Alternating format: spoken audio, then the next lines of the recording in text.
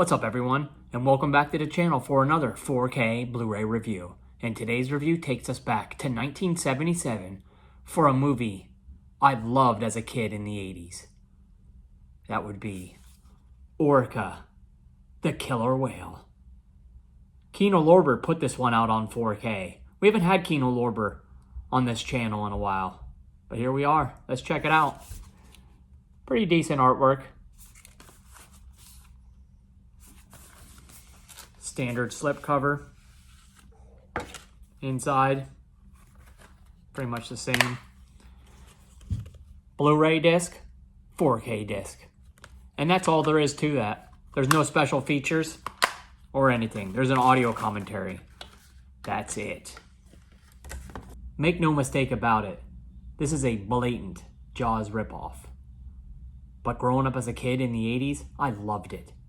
Seeing a whale take vengeance against the man who killed its mate, that was cinema gold in my eyes. I must have watched it so many times in the 80s, but this is actually the first time I've seen it in some time. And after watching it, it immediately took me back to memories of my childhood.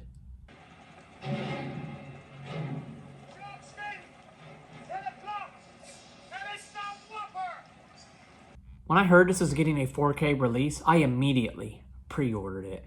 And the story still holds up pretty well today. And it's got good performances by the late Richard Harris, Bo Derek, and Charlotte Rampling. This movie's like Jaws, but different.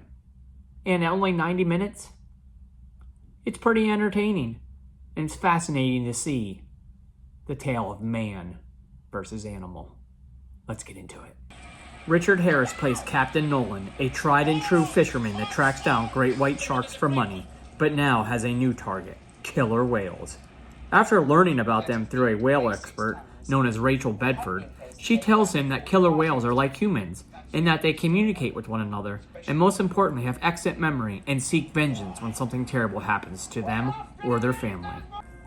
Nolan chooses to go against Rachel and ends up capturing a pregnant whale, causing the baby to die. The male sees this and terrorizes Nolan's boat and eventually the surrounding harbor and its fishing business. The townspeople grow weary and want Nolan out of town until he can kill this beast. He leaves reluctantly at first, but vows to go one-on-one with the Orca. This 2351 image in Dolby Vision looks fantastic for its age. Being almost 50 years old, I was happy to see that Kino went back to the camera negative to restore this.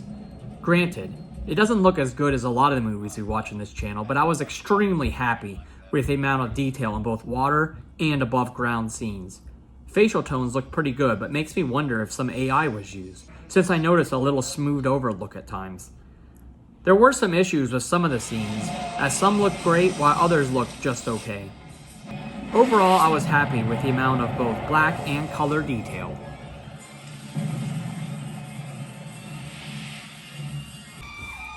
The audio is another story.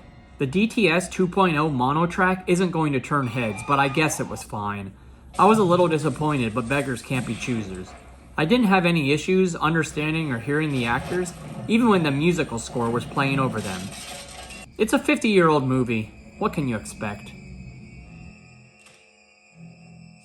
I loved this movie as a kid, so buying it for nostalgia reasons alone, well, that's good enough for me.